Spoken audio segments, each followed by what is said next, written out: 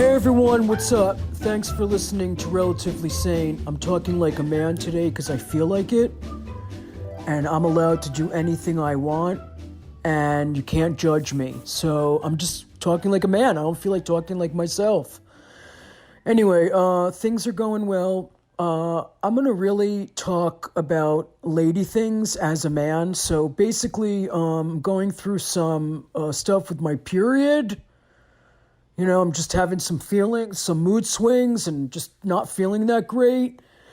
And just feel like I'm not being heard a lot. Like I need people to listen more. Just feeling like I'm having a hard time. I'm having a hard time with my eyebrows and my lip and my hair. Just not feeling that great about myself physically. And just a couple of my friends like Jackie and Lisa and like they're just being really horrible and they're talking behind my back and I feel very unseen and like I'm being betrayed. So that's basically what's going on. I'm gonna go pick some flowers and smell them and put them in the kitchen so that I can brighten up the room. And I'm gonna call some of my friends and talk about my other friends and I'd probably do my hair tonight so I feel good about it. Put it in curlers, blow it out, put on some lipstick, maybe some rouge. Just, try to feel good about myself and really feel like a lady. Anyway, thanks so much for listening and for supporting Relatively Sane. And please go on my Patreon and please just, I don't know. I just feel so upset. I gotta go. Bye. Hi, everyone. Welcome to Relatively Sane. I'm here with one of my favorite comics of all time who I have laughed at so many times I couldn't breathe. Nice. I know he's probably shocked. I know. Please welcome Tom Green. Hey, great to be here. How are you, Jessica? This is awesome. Oh, Tom, you make me laugh so hard. Oh, cool. And during this, likewise. I've had fun. Oh, that's so sweet. Fun Thank jumping you. up on some shows with you this year or last year too, over at the Stand in New York and at the Improv here in Los Angeles. It's always fun seeing you at the club and sharing the stage with you. Thank you. That means a huge amount coming from you because I don't, and I talk about this a lot. I laugh at people, but I don't love what a lot of people do. I'm just picky when it comes to, I'm sure you are too, with what I find funny. And you are so free and different and creative. And I've been sitting, I don't do this with anyone now. I'm so depressed. I'm home during this thing. Aww. And I'll watch your Instagram and just be my head cocked to the side, just watching what you're doing. And I can't stop laughing. Yeah, it's been pretty weird on there these days. It's been pretty weird. What's going on? Tell me how that happened. And have you been doing that for a long time? What? Yeah, I mean, I've been interacting on Instagram and on social media for a long time, but I think just this pandemic, which has us all locked up in our homes and quarantine, has kind of gone to my head a little bit in a weird way. I'm kind of losing it a little bit over here. Me too. I happen to be single at the moment. I wasn't dating anybody for the last few months right before the pandemic happened. So I'm alone. I'm alone at home with my Instagram and my social media and my cameras, and I'm going online and I'm doing a lot of weird shit, interacting with everybody. And it's pretty fun. I'm having a good time. I'm actually really, really happy that I'm alone, to be honest with you, because I think this is stressful enough. These kinds of, these pandemics can be pretty stressful, I'm finding, but when I just have to kind of worry about looking after myself and so I've been spending a lot of time interacting with my friends online and having a good time doing some weird shit on there. It's interesting you said that because I just said that today to literally 3 different friends. I'm at this point, I'm just going to take care of myself and my family. And then it's everyone's out for them. This is getting so crazy that I just have to worry about the people that are the closest to me. And it's everyone else can go do whatever they need because it's getting... I feel like that. I feel like it's when people start running out and buying guns and stuff. Now, I'm not going to run out and buy a gun, but you know what I'm saying? Like to protect yourself. Yeah, I mean, I think that ship kind of sailed a while ago. I know when the whole thing went down in Los Angeles, everybody was out buying guns. But it's a scary situation. I've tried to find a way to make some sense out of it by throwing myself into something that for myself is positive, which is I've been doing my podcast, which I think is a very cathartic thing to do because you get on and talk to people and share ideas and have a laugh. And so I hadn't been doing my podcast for the last few years. I started up the Tom Green podcast again. It's good. And I'm doing it with video as of this week. So I've built this TV studio at my house. I'm streaming to YouTube and streaming to all the podcast platforms. And I'm kind of a techie, so I like to get in there and try to actually plug in all this stuff myself. And that kind of keeps my mind sort of occupied while everything's going to hell, basically. Yeah, I mean, being a techie is so good. I'm so jealous because that's just one thing I cannot get. I can't wrap my head around it, and it's okay. I have help, thank God, but it's so, if you can do that and you think that way during something like this and like all that equipment around you and the filming and the lighting, that's so awesome. Yeah, I went to school for broadcasting, so that was my college years. I went to television broadcasting school, and that's how I kind of got started in this industry. I went and made my goofy TV show myself, with my friends, and edited it all together. Now everything's kind of that's what everything is now. So it's pretty exciting time, and like the technology that I'm incorporating into my new show is really kind of at the edge of what is possible right now. Oh, that's great. A lot of really kind of fun things that I'm able to do with technology, and got a lot of people calling in on video next week and all sorts of stuff. So that's good. That's really good. So fun. What do you love most about doing the Instagram stuff when you're on live for like hour? It's so fun. I know I said it, but it's so just funny to watch you just do everything. I don't know why, but you make me laugh, like even just walking across the room. I don't laugh at people a lot, so I'm funny looking. No. I don't know. Lately, I've been into my hummingbirds a lot. Amazing. I didn't really know much about hummingbirds. I had hummingbird feeders, but I hadn't really been like kind of actively feeding my hummingbirds. And then, because I was on tour for the last 10 years, I've been traveling all the time. I'm never home to look after the hummingbirds. But now that I've been here, I haven't literally have not left my house in 8 weeks, except for one time I left. I went and did the Joe Rogan podcast. One time, drove over, did the podcast, came back. Other than that, I've been at my home here in Los Angeles for about 8 weeks, haven't left. I'm ordering everything I need online.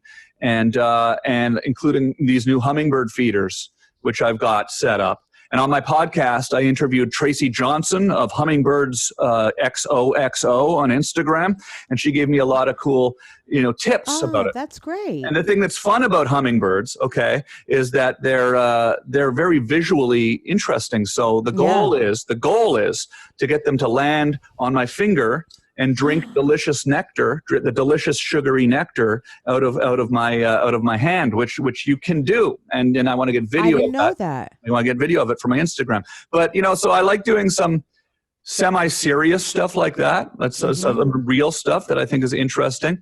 And then I also just often I like doing cooking segments. But I don't know anything about cooking, but I'm starting to realize I have a pretty good sense of how to cook, because everything always turns out pretty good.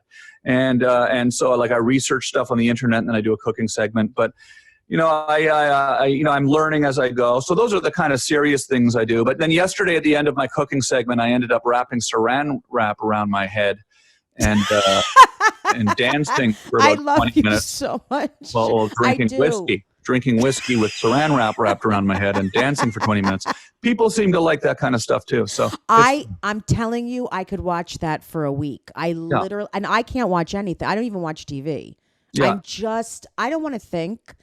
I really don't. So but the stuff that you're talking about, like the hummingbirds, the cooking, even the saran wrap and the whiskey, it's mindless, meaning I don't have to get in my head and figure things out. It just seems like it's so just up, uplifting and fun Yeah. and just different. It's I had a weird experience about a year and a half ago. I went on that show Big Brother. Okay, it was called Celebrity Big Brother. It was called. I know people who loved you on it, but I didn't watch it. Yeah, but. I had fun on there. I went on there. I won America's Favorite House Guest. But I think the reason that I got voted by America, thank you, America, thank you, everybody, is because I have always had this internet talk show thing that I've done over the years in my house, which I'm doing again now. I'd stopped it for a while, but I was doing it for years. And I had cameras in my house, and I often go on in the middle of the night and just start streaming and doing weird stuff like we just talked about. Mm-hmm. And so on Big Brother, which has got this really rabid fan base, and they go online and they watch at night 24 hours a day, into that house on all the cameras. And so when all the celebrities, would go to bed, I would get up and I would go out into the house. I would spend hours by myself walking around while the celebrities were sleeping, right? And I would go around and do weird shit. And so I guess it became kind of a fun little after-hours show that I did every night for 24 days on the Big Brother feeds. And when I got out of there, it did sort of occur to me, and I did learn something from it, actually. I learned that, it's kind of fun, just doing mundane, normal, around-the-house things and being silly while you're doing it and showing it these longer streams, Before I'd go on Instagram or a story and I'd talk to everybody for a few minutes and then I'd sort of pop off. But now I'm sort of realizing I got this cool stand for my phone, and I'll set it up somewhere in the house and I'll make dinner, and I'll take half an hour, 45 minutes, an hour, and it becomes this little weird show. And I have fun. I talk to all the people on the stream, and a lot of people are doing this. Everyone's doing this now. Well, they're not doing it like you are. You're fearless. You're so silly. My whole thing is always my hashtag is always be silly. Yeah. It's my biggest thing. I silliness is so important, and most people aren't. So a lot are, but a lot of people are not silly, and I really wish they would be more silly. So, but when you do that, so you'll walk around, but you answer people. Like, I find it hard sometimes to do what I'm trying to do and keep answering everybody and balancing that, because my brain is like nuts when I'm trying to focus. Yeah, I do. And then when I'm doing my podcast now with multiple cameras, and I have a switcher, and I'm switching the cameras while I'm doing the interview and not taking calls and stuff. So it's kind of like a new kind of thing that I'm creating over here. If you go to my YouTube channel, it's youtube.com/Tom Green. Go subscribe, watch, everybody. But it's kind of like feel like I'm sort of a broadcasting DJ, like I'm doing That's great. Doing an interview, switching cameras, playing music on my drum machine, taking phone calls. I watched you on your drum machine for a long time. Yeah. I was obsessed with it. I was like, I could watch this. And I try to create a good user experience. I have all the stuff is inputted directly with line feeds into my phone, so the sound quality is good and things like that. So, but I don't know. It's kind of, I've been doing this techie stuff for a long time. So at a certain point, you figure out how to be able to do that without thinking about it while you're really putting most of your attention into thinking about what you're saying, right? Which is hard to do at first. Yeah. Were you always silly? Like, were you a silly kid? Yes. Yeah. I was very silly kid. I was a very, very silly kid. I think I was probably much, much, much sillier when I was a kid than I am as an adult. But I'm able to tap into that and remember that silliness and then just bring it out to the surface sometimes. But even now, I'm not necessarily as silly all the time as I was even 20 years ago. But I do like to be silly. I do like to be silly, and weird and goofy and confuse people with the silliness. I love that. That's my favorite thing. I like knowing that half the people watching may have stumbled into my feed and have no idea what the fuck's going on. I feel the same way. Like when I'm doing something nuts and I look up and people are like, "What's happening?" or "What are you okay? What are you doing?" And it's honestly, it's my favorite thing. It's I'd rather that than do stand up for 1,000 people laughing. I'd rather that one person be like, "What are you doing?" Yeah, and I do the same thing within my stand-up too. Like I'll be telling my jokes and doing my material and talking about subjects that are real subjects that are important to people, but then I'll integrate just weird silliness into it. Because I know there's always going to be a certain percentage of people in any audience, whether it's online or in a comedy club, that are just kind of like uptight people, or they're kind of like straight down the middle kind of people. Mm-hmm. And, you know, when they get that sort of head cocked to the side, don't know what they're looking at, I know that the other people know that they're confused. And that's kind of the joke, right? Of course. That's a big part of the joke for me. And so sometimes, you know, when you get the people online who are like, oh, no, they just really need to, you know, make their day all about telling you that they didn't get what you were doing. You know, I sometimes respond, well, you don't get it because you're actually the punchline. Like you are the punchline. I know. Your it's reaction, the best thing ever. Your complete lack of understanding of what I'm doing is the joke. People are laughing at you. Don't you understand? You idiot. You boring fucking idiot. Right, so, anyways, I'm getting angry now. Are you okay? Yeah, I'm okay. No, that's my fate. When I do wacky, crazy stuff and some people are just looking at me or someone's going like this, like just shaking their head, I start laughing. Sometimes I start laughing on stage because I'm like, it is so funny to me that you're not like laughing at this right now. Yeah. And everyone that's a fan is hysterically laughing at you. Like you're helping me right now. By just looking really confused. Yeah, it's motivating. You know, with stand up, I'm like sometimes on my television show, I could get away with really being very polarizing because there's no audience there, so you don't really get that sense that like 90% of the people are confused and only 10% of the people think it's funny. That 90% of the people are confused. It doesn't really work as well that way in a comedy audience. You know, if 90% of the people are confused and 10% of the people are like, what the fuck is going on? That's not really very fun as a performer to have nobody laughing. So I found a way to kind of shift the balance where I sort of, I do actually try with my stand-up to do a very, you know, in some ways, you know, show that includes everybody. And I dip in and out of that. And I also try to also bring in, I try to confuse different subgroups of people sort of equally so that, you know, everyone's not all confused at once, right? Yeah. I totally relate to what you're saying. That's why I'm laughing so hard. I'll never forget when I opened for Gilbert Gottfried about 20 years ago at Caroline's. And when I tell you that half the audience was staring at him like he belonged immediately in a mental institution, like not just, and he was trying to torture them. And the other half was laughing so hard they couldn't breathe. He played with the microphone for like 3 minutes and kept adjusting it and going, you know, not saying a word. And people were like, what's going on? Like so angry, so confused. Yeah. And to everyone else, it was the funniest thing. People were screaming, laughing because he was obviously doing it to annoy people and to get under their skin. But people, they're so stupid that they don't even get it. Yeah. They have no idea. I think there's just different types of people. Obviously, we know this, but I think there's really like, it's almost like divided right down the middle. Like half the people think one way, half the people think the other way. And the one way, half the people think one way where when they go to a comedy show, they really want to see some creative thing that's really different. They've never seen it before. It's sort of innovative and all this. But the other half of the people want to see something normal. You know, like there's actually normal people out there that want to see normal things. They want to laugh about normal things, jokes about their kids, jokes about, you know, the normal things that are happening in the world. And they want to follow along. And that's really valid, you know, and that's also important, I think, to me when in stand-up certainly is because I mean, you know, I've made films in the past, like my movie Freddy Got Fingered, you know, was definitely, you know, polarizing to the extreme. And I kind of learned from that where, you know, it was fun, really confusing like more than 50% of the people and making a smaller percentage of people, you know, laugh so hard they couldn't breathe.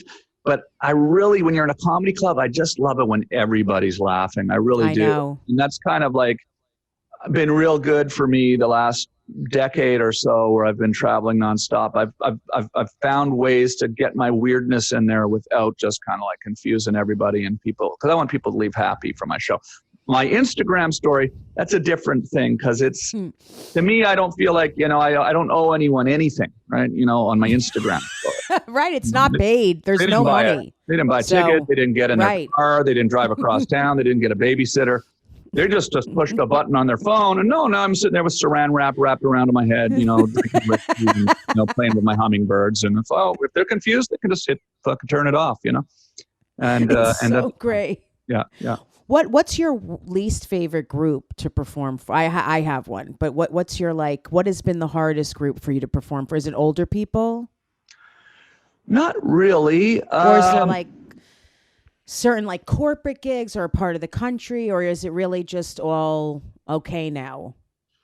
Yeah, I've had I feel very fortunate that I've gotten to do a lot of things on television over the years and with various group. I worked for Jay Leno for a long time, so I was on the Tonight Show. That audience, that's right. Yeah, his audience is a bit older, and people know me from that.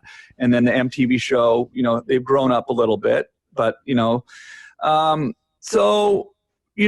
actually purposely write a lot of my material where I talk about my age, being 48 years old, and I talk a lot about how different it is being 48 now than it was being 20 years old and and without the internet. And I talk a lot about technology, and I really do purposely try to sort of like a pendulum sort of make the younger people laugh and then the older people laugh, and then everyone sort of eventually realizes that the young people are kind of laughing at the older people are kind of laughing at the younger people and their naivety, and it sort of becomes a thing where everyone just starts to laugh. And technology is a good place to do that, because it's such a new thing what we're going through right now with the internet, and we all people my age and older all grew up without the internet, and so I think it's fun to talk about that. It's a big theme for me, but I haven't really, ever really found a particular group of people that I don't really. One thing that I'm fortunate about is anytime I perform, it's usually a pretty broad mixture of people. And that's, me too. I love that. That's great. It's never like I don't have you don't come to my show and it's a bunch of 20-year-olds in cartoon, in comic book T-shirts, all sitting there nerding out.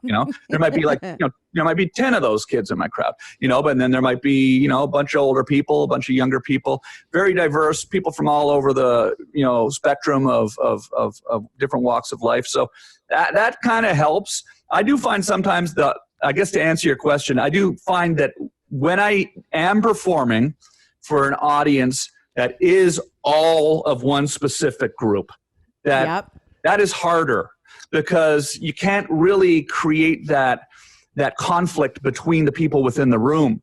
So you really have to find a way to really just sort of change up your delivery and even your material to really connect with just that one specific group. So it doesn't seem to happen a lot in comedy clubs. I know when I performed in colleges, that's an example of that, where if I go to a college today, which I haven't done a college show in about 5 years, but the last time I did a college show, most of those kids in college, weren't even alive when my show was on MTV, right?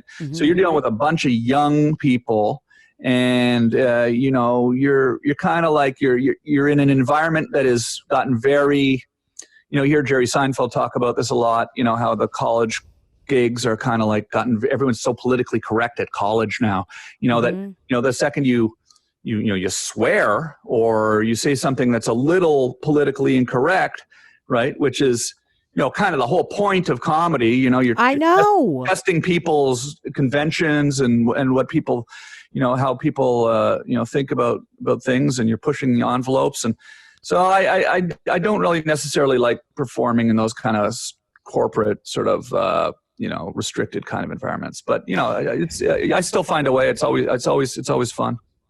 Well, this is the thing with colleges. It's normally that small group of the student affairs people that have the issues. The college students, I find, don't give a shit as much as that group when you do a NACA or something like that, you perform at a a lot of you, of course, don't know what that is, but you perform at an event where you showcase some of your material, and then they hire you if they want you to come to their school. Yeah. But it's a group of people that are very politically correct that choose who they want to go do the school.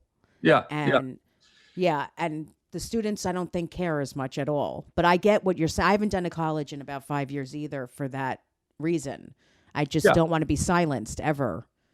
No, when you get up on stage and you want to do your thing, you don't want to feel like you're being censored.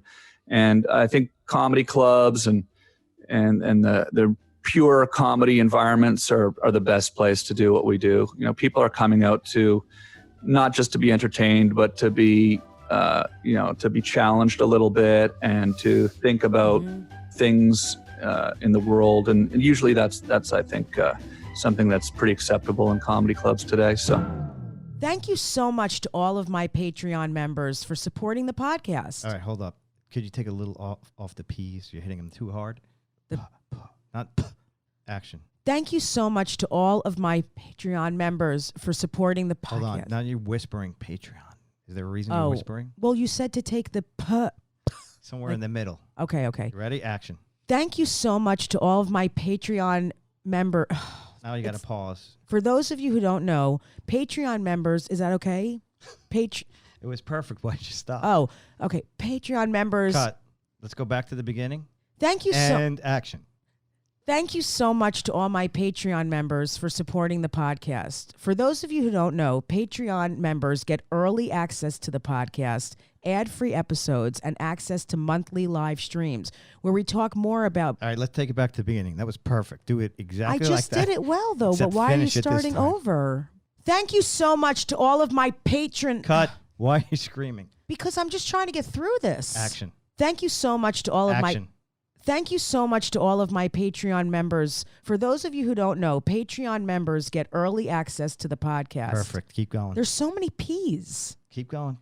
Ad-free episodes. You could cut this out, right? For those of you who don't know, Patreon members get early access to the podcast, ad-free episodes, and access to monthly live streams where we talk more about being relatively sane. Hold up. Did we agree on monthly live streams? Yes, you told me I should do them because it'll get more members. I don't know how to do a monthly live stream. Don't you just talk in your phone? We'll figure it out. Come on, let's get through this. We have to go. We should speed this up. All right. Thank you so much to all my Patreon members for supporting this podcast. For those of you who don't know, Patreon members get early access to the podcast, ad-free episodes, and access to monthly live streams. We don't know what that is, but whatever, where we talk about being relatively sane. If you want to join our fantastic community that is so corny, go to patreon.com/Jessica Kirson. That's patreon.com/Jessica Kirson. That's Patreon. I think you said patriot.com. Go to patreon.com/Jessica Kirson. That's patreon.com/Jessica Kirson. Patreon.com/Jessica Kirson. Thanks again. And cut. That's a wrap. Ugh. I love your whole outlook on comedy. Like, do you think people should ever apologize? Like, if you were if someone went crazy on you, God forbid, about something you said 10 years ago, what do you think about people apologizing and owning it? Or do you think they should say this is comedy and I said it at the time? And well, I can give you my honest answer, and probably some people will disagree with me. Probably a lot of comedians would disagree with me. Okay, but yeah, I think they should. If what they said was something that they realize was, something they should apologize for. I think that this is a thing that I find, and this is getting into this is my fucking opinion, right? But I agree with what you just said. I think we're getting into a situation now where comedy is not one thing, right? It's millions of infinite number of ideas. Okay, and so if somebody says something that is truly, purely evil and racist and disgusting, right, and mean, and that's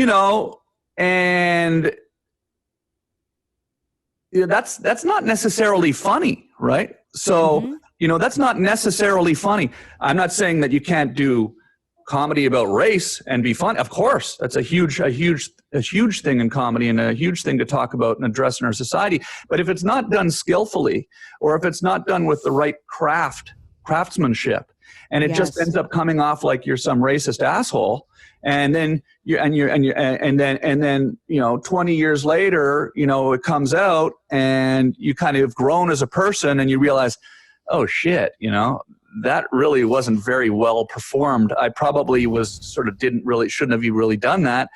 Yeah, I would apologize. But I do think that people need to also understand in our society, with this whole cancel culture thing that's gone on in the last few years, that people should have the ability to make mistakes. And I agree. And when you're young, if you make a mistake and then it comes out and it's really that tragic what you did, and you apologize for it and say, I was in my 20s. But, that's sort of a little different than apologizing for a joke, and I just think there are lines. There are lines that you can cross that I think are not necessarily, and this is a hard thing to explain because somebody that's not really, and I'm not even sure if I'm explaining it properly, because I understand everything you're saying. Really, really paying attention to the nuance of what I'm saying right now, and they're a person that is adamant to say, you should be able to say whatever you want anytime. They might not understand that what I'm saying is basically you should apologize if you say something stupid that's not funny, right? That you feel was not okay at the time. Yeah. And then you take responsibility and then let them go. Like the forgiving thing, that's what drives me crazy. It's like, are you perfect? Have you never said anything in your life that you regret? It's crazy. I've said things. A lot of times people that say things that maybe should be apologized for are also not nice people. Yes, I agree.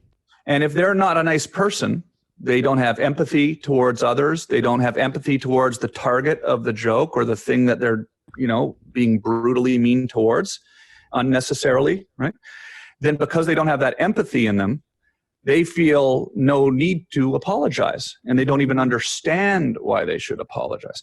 So, I'm not saying that, people should be running around apologizing for jokes, but I'm just saying that I think there are lines that you can cross, and that make things not funny. I personally, okay. It's real easy to make a joke where you pick one group of people for whatever reason.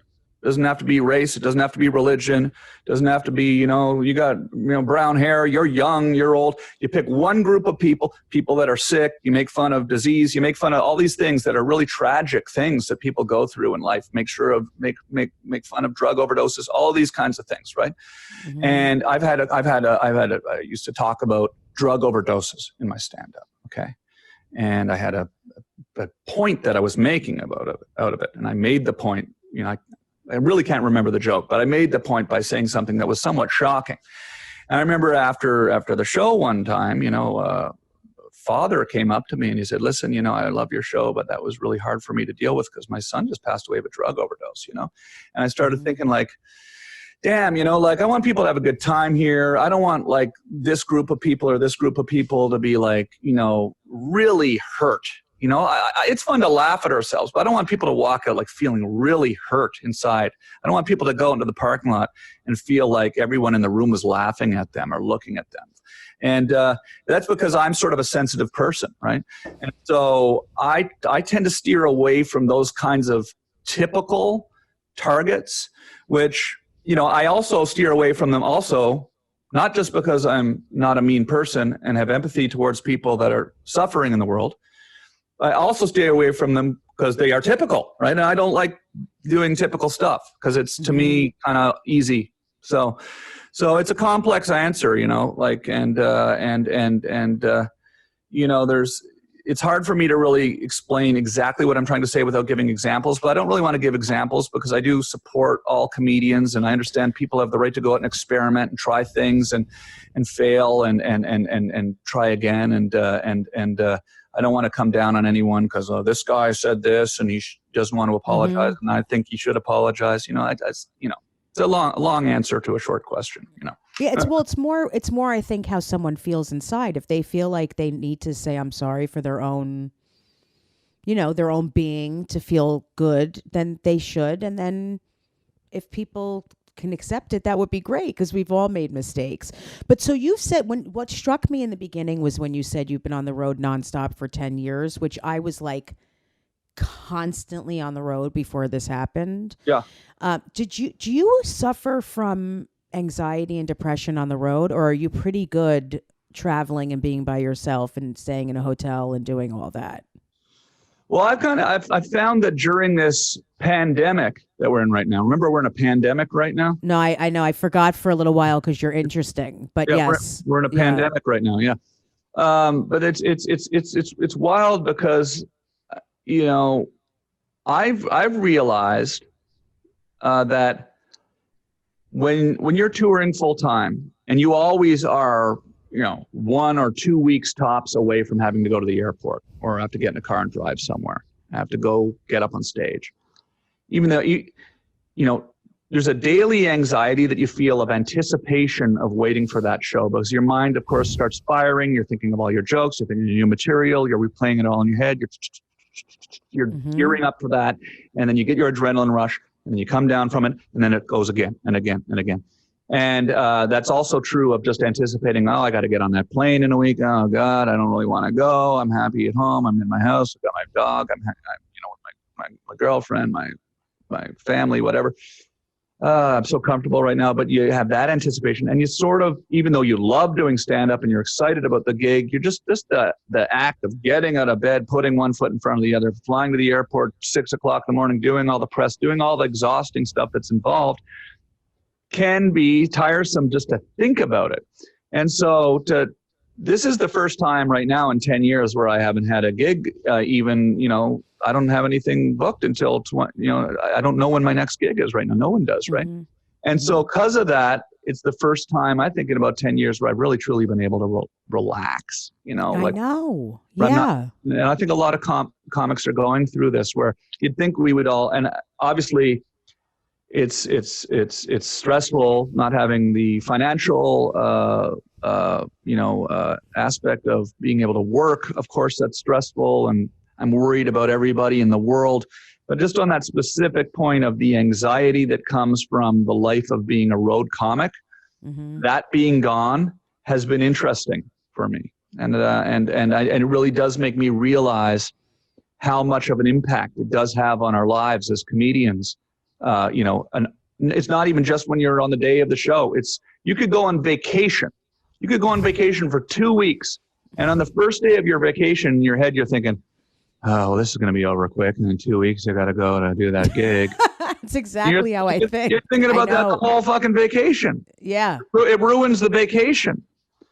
So it's an interesting thing, but you still go on vacation. You get used to it, and you learn how to cope with it. I don't think that I get extremely depressed anymore. I have been in times in my life where I've gotten depressed. When I was sick, I had cancer, so I'm a cancer survivor. So immediately after that, I was a little down for a few years. And then funnily enough, when I started doing stand-up again and really started touring again, and I used to drink a lot, okay? I used to drink a lot of booze, right? And when I started touring again, I would drink after my shows, the crowd. I'd go have a drink with someone from, I'd meet there. I'd go with my friends or the club owner or whoever. We'd go have a drink, right? And then we'd have a few drinks. And I'm 48 years old now. So 10 years ago, I was 38 years old when I started, touring again heavy, or maybe 37 or something. And, I was probably able to kind of like recover from a hangover a little bit better 10 years ago. But about 6 or 7 years ago, that hangover just started lasting a lot longer. And I really started realizing that, like, I don't feel like good on stage on Saturday night if I went out drinking after the show on Friday night. Yeah. And that's the first time in my life where I realized, alcohol's not good for you. Like, I always just figured, it makes you happy. No, it actually really is depressing. So I don't drink when I'm on the road anymore. I don't drink before the show. I don't drink after the show. I don't drink on stage. And that's made it a lot easier, actually. I feel a lot better. I am got a lot more energy and a lot more positive energy. So, yeah, it's so interesting. That's great. I don't either, which is very helpful. And I feel bad for people who have to drink before they perform, because that sucks. when they have to. I think the thing that's interesting, and I mean, so many comics are like that, and who am I to tell them what to do? But my opinion is, I think people who drink before they go on stage have never not drank before they went on stage. Right. And so they assume that they need to do it. And I think that they would be surprised and maybe even shocked at how easy it is to not have a drink for a week. Unless you're a severe alcoholic. If you're actually not an alcoholic, if you're just a social drinker, it's not that hard to not have a drink for a week. I did it a few years ago for the first time, and what I found was immediately when I did that, I was on the road doing stand-up. I said, I'm not going to drink, because I had a particularly bad weekend the week before, where it was like, I was really wrecked. And on a Friday night and Saturday night, you're on stage, you got your 2 shows, your early show, and you're just sitting there going like, you're going through the motions, going, I'm so hungover, I just want this show to end. And after that moment, I just realized I can never do that again. I can't do that. It's not fair to the people that bought the tickets. It's not fair to me. Plus, it's just horribly uncomfortable, and you feel shitty. So I immediately stopped drinking when I do stand-up, and what I found within the first week was, and this was what I found really interesting, when I did crowd work, I would be pulling like ideas out of some dark recess in my brain that I didn't even know was there, and I was like constructing fully like crafted like stories and ideas that all linked together and came back, and it connected with that person and that person and that person in the audience. Much more complex stuff than I'd ever done on stage before. And I realized, it's because my mind is like operating at a different level right now. It's rested. It's finding things that it wouldn't have found if it was tired. And that was really inspiring to me. It was really exciting. And at that point, I learned not to drink. Basically, a few days leading up to when I go on the road, I stopped drinking. And so basically, when I'm on the road every weekend, it really only leaves about 1 day a week where I can really drink, because Mondays I get trashed. I get trashed on Mondays, recover on Tuesday and Wednesday, and then I'm starting to feel good by Thursday when I'm on stage. So, it takes till Wednesday to recover. I really knock back a few to make up for the 4 days off. You drink a case. Yeah, no, I do like to drink, and I do find that it has its. I also feel it has its value. I like to drink actually when I'm writing sometimes, meaning brainstorming with fellow comedians. I like to loosen up, have some drinks, and get that positive energy, get funny and get silly. And you're not on stage, you're not performing. One thing that I find interesting about drinking and performing, especially when it crosses over to the point where you've maybe had a few too many, is the audience can tell. And even if you're not drunk, they can tell. Yeah. And then I feel like they lose a certain amount of respect for your craft and for you. And then they're not laughing at your material and at and they're not laughing at, with amazement at how great you are as a comedian. They're more almost like laughing at you. Like, oh, look at this guy. I've seen that. I saw that recently. Getting up on stage and getting drunk, and they're kind of laughing at you, and it's kind of, and it's fine. It's fun. It's fun. It's a fine technique, and people like to play that character. But because I even take it to the level where I know this is something I've never heard anyone say before on a podcast. I like to try to say things that people don't say much, because so it's different. Because like a lot of conversations can be about comedy, can be the same, I know. I've never heard anybody say this before, and this is true, by the way. For a while, when I stopped drinking on stage, like I used to bring a beer up on stage, and I have a beer on stage, and then for a while after I stopped drinking, when I did stand up, I didn't stop drinking, to clarify. When I stopped drinking when I did stand up, right, I still drink. Okay, I'm Canadian. I like to drink. You're like on Mondays. On Mondays, I still drink. Yeah.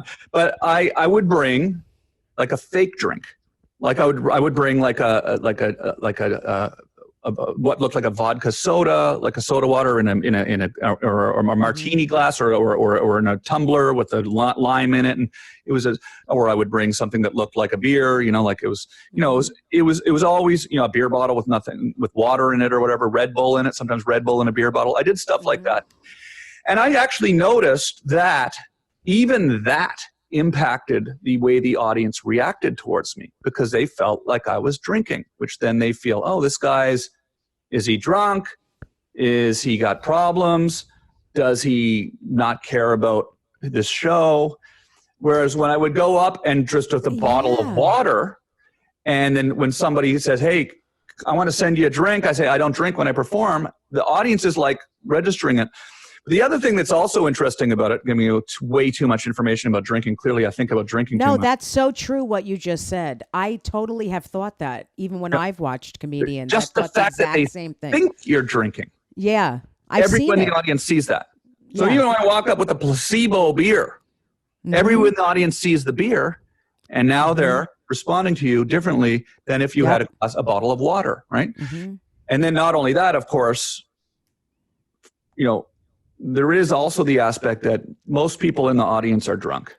If you're the only person in the room who's not drunk and your mind's operating faster than everyone else's, you are at such an advantage over them. Yes. So I find it really, really kind of interesting. One of the things that made me decide to do that or triggered that for me was I read Steve Martin's book, Born Standing Up. And he went through that similar thing where he used to have a glass of wine before he would go on stage. And then he stopped doing it and he realized even one drink affected him, and I found it very interesting. I think that's an incredible book, by the way, about stand-up comedy. I've heard, I haven't read it, but I've heard so many people say that. You just pick up so many, he obviously did it all and did it before anyone else in a lot of ways. His arc of his career with his stand-up was incredible, where he ended up in stadiums and all the things that he did. And it's interesting. He's a great writer, and he really I think he did a real service, to the comedy world by actually just really putting a lot of these little detailed things in there that I think were really, really smart, really clever tricks, Yeah, that's great. And I love that you're talking about the art of stand-up and that you really think about it, put energy into it, and it's an art. And that there's different things. Like, I always feel that it's just interesting, the things you're bringing up, because I don't think most comics would notice what the crowd was thinking about someone drinking on stage. Because I noticed that stuff a lot. I noticed. I also read Charlie Murphy's book. Rest in peace, Charlie Murphy. He was. I didn't know him well, but I got to interview him one time, and obviously he was incredibly hilarious. And when I read his book, he talked about, which is another thing that made me start thinking about that kind of stuff. He talked about how when he started doing stand-up, he would wear bling. He'd wear a gold chain. He'd wear a nice watch, right? And he noticed that the audience, subconsciously was thought, oh, who's this guy think he is? Does he think he's better than us? And so then he started to tone that down. And so I think that's a thing that, comics need to also think about, is don't go up, be peacocking on stage with some, flashy hat or, an expensive jacket, sometimes I find it interesting sometimes when I see a comedian often you notice it in comedy specials too. I notice it's funny, not to shade anybody particular, but I find it sometimes it's funny when you watch a comedy special and the comic was like, oh, this is my special, I better wear a really nice jacket. You better wear a really nice jacket because it's my special. When normally they're on their club and some thing they've been dirty shirt they've been dragging around in a backpack for 6, and now they're more. Not only do they look more real, but the audience is not thinking, oh, look at him, who's he think he is with his fancy leather jacket, So the audience can kind of not have the same kind of a feeling of connection with you. The last few years, I've also out of convenience, I wear a black t-shirt, I wear jeans, and I wear a pair of black sneakers. It's not obvious because I don't even like to wear sneakers that are obvious what they are. I wear black boots actually, because everyone will wear black boots, everyone will wear a black t-shirt. Everyone. Doesn't matter if you're a skateboarder or a hunter and fisherman or a dock worker or a doctor, or a lawyer. Everybody has a black T-shirt and jeans. Every single person. So you get up on stage and everybody in the audience can relate to you. Whereas if even you walk up on stage with a collared shirt on, well, the skaters are going to be like, who's this fucking nerd with his collared shirt? Where did he just come from? Wall Street? Who's this fucking guy? Who's he trying to impress? This collared shirt. And other people will be like, he's just wearing that to dress up for the show. He's normally he's really worried about the show. Huh? Must be really nervous. Must be really worried about what we think. I'm not going to laugh at this fucking loser with this fucking nice shirt. Yeah. So I find it's been fun, but it's also convenient too, because when you're on the road, you're not thinking about, what am I going to wear tonight? I'll just grab another black T-shirt. I wear black too. I'm always in black, always. Yeah. And I've noticed more comedians doing that, and I think it's a smart thing to do. So do I. Well, I have a quick question before we go, because I wanted to know this. When you seem to me, because I just, I studied to be a therapist. That's what I was doing. I went for a master's in social work. My mother's a therapist. I'm married to a therapist, and I have been in therapy since I'm 8. I'm not kidding. Like I grew up in therapy. Yeah. But you seem like someone who has done a lot of work on yourself. Interesting. Like it seems to me like either you're very well read about stuff, or you've been to therapy for years, or you just have made that effort. Am I right?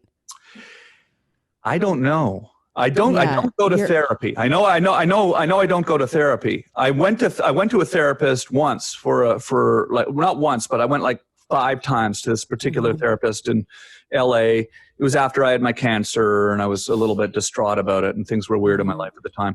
And so I went to a therapist. And it was part of the problem was far. It was way out in Santa Monica, and I'm sort of in a different part of the city. So I had to kind of, an hour in traffic to get there once a week, and I would end up dreading that drive. But then I also personally, and I'm not saying it's not helpful because you're a therapist, right? So I'm not saying no. I'm sometimes it's just that people are bright and that have read a lot and. I think I did it wrong because for me, for whatever reason, I ended up feeling bad every time I would leave because I'd be like, oh, I just, scheduled a time to go out and talk about all the things that are wrong with my life every week, and and with a stranger, and the other thing is that like, I do that anyways with all my friends. So I'm always very open with my friends, not necessarily publicly, like on my podcast, I'm pretty honest, but like with my close friends or with my family, I'm an open book. Like I talk about every deep, dark secret that I have. That's good. That's riddled, that's warping my mind and making me feel bad or whatever. So that's helpful, and so maybe that's what it is. Maybe I get therapy. Maybe I get my cathartic, and on stage too. It's very cathartic for me to be on stage also because I do. Oh, I can see that. I love that. To speak honestly about things that bother me on stage, and that makes it a lot easier for me to confront those things. Like I don't have any kids. I really would like to have kids someday. Actually, that's something that I've always thought I would do. But time goes by so fast. Like I can't believe I'm 48 years old. All of a sudden I'm 48. But when did that happen? I wasn't ready to be 48 and not have a kid and be married and be settled down and stuff. I kind of figured I would have done. But when you're 38, you're like, oh, I'll do it next year. I'll do it, and all of a sudden I'm 50. All of a sudden, what the fuck? Is it too late to do? So I have young kids, just so you know, and I'm around your age. I have very young kids. I have twin 11-month-olds. Oh my gosh! Well, that's amazing. And a 4.5-year-old, and I'm gonna be like in an old age home when they graduate high school. But it's fine. It's all gonna be fine. Congratulations! Yeah, it's one of my jokes. One of my jokes is I say I'm thinking of waiting till I'm 50 to have kids, so I'll be dead by the time they're unemployed adults. I'll just know them when they're nice and cute before they become assholes, right? Yeah, I mean it's fun now because they entertain. But last night I was trying to get up from the floor playing with them, and I just kept going 50, 50, 50. Yeah. Like it's just exhausting. Well, that's But- great. Well, there's still hope for me then. I would like Yes. to do that. I would like to My do that. dad did it too. He got remarried and had a I have a 26-year-old sister and a 33-year-old brother. So Yeah, it's he's That's 70s. awesome. So I do find it helpful though to be able to really be honest with that kind of stuff on stage, and that's kind of something that I like to dip into. Is I'd rather make fun of myself. At Yes. least I like to make fun of myself and my own insecurities and my own issues equally as much as I make fun of universal themes and subjects out there that people understand and think about too, But I like to kind of bring it back to me too. Well, that's why you're so special on stage, because a lot of people don't do that and they just talk about everyone else. And that to me is not funny. I want to know who someone is.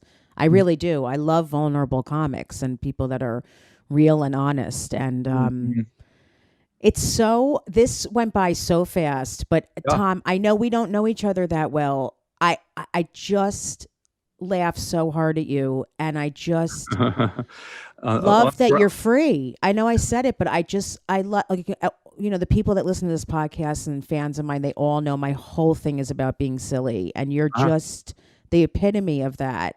And that's so nice of you to say, Jessica. Oh God. It's always so nice seeing you. I mean, like I said, it was really the last year we started bumping into each other a bit more. Yeah. I was coming out to New York a bit more.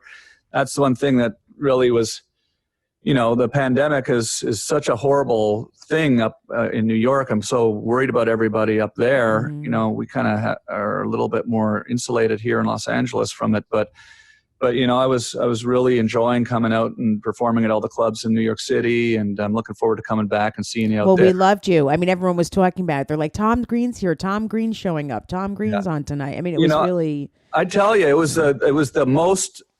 It was the nicest thing because, I was a little nervous about it, to be honest with you. Usually when I come to New York to perform, I got the weekend at Caroline's, is where I've been going for the last 10 years. And, you go in and it's your crowd and you're in LA, I jump up at the Comedy Store and the Improv and the Laugh Factory all the time. I'm in that rhythm, but, New York, man, it's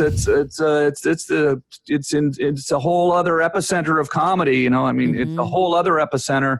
The energy there, and I was kind of thinking, is this going to be a real cutthroat environment? Am I going to walk? I remember you said something to me about that, and I was like, "There's no way." I mean, it's and everybody was so nice. Like I was ended up out at night. Me and Shane Gillis were out, having fun every night, and the Stand, and then Michael Che and Sherrod Small, and all of comics over the cellar. We were just out. I did have a few drinks after the show of those nights. With those guys, you're naming. I'm like, everyone loves to drink there. Yeah, everybody was super cool. Yeah. It was really, really awesome. So, all the best to everyone in New York. Thank you, Tom. I'm thinking about everyone in the city and sending my thoughts and prayers out there to everyone, and hoping everyone's healthy and safe. Yeah. Well, thank you again for doing this. I'm a huge fan, and just tell everyone again the podcast and everything, just so they know. It's called the Tom Green Podcast. And you can get it on all the podcast platforms, so Spotify and Google Play and Apple Podcasts and all that stuff. Just Google the Tom Green Podcast and subscribe. And you can also go to the YouTube channel, youtube.com/Tom Green, and you can watch it there and listen there. And follow me on Instagram and Twitter and all that stuff as well. You guys have to follow him on Instagram also. You have to. And just literally just sit there and just listen and laugh. It's just so great. You're the best. Thank you again. And we'll talk soon. All right. Thanks, Jessica. Okay. Thank you. Okay. Bye. Bye, everybody. Bye. Bye. Bye. See ya.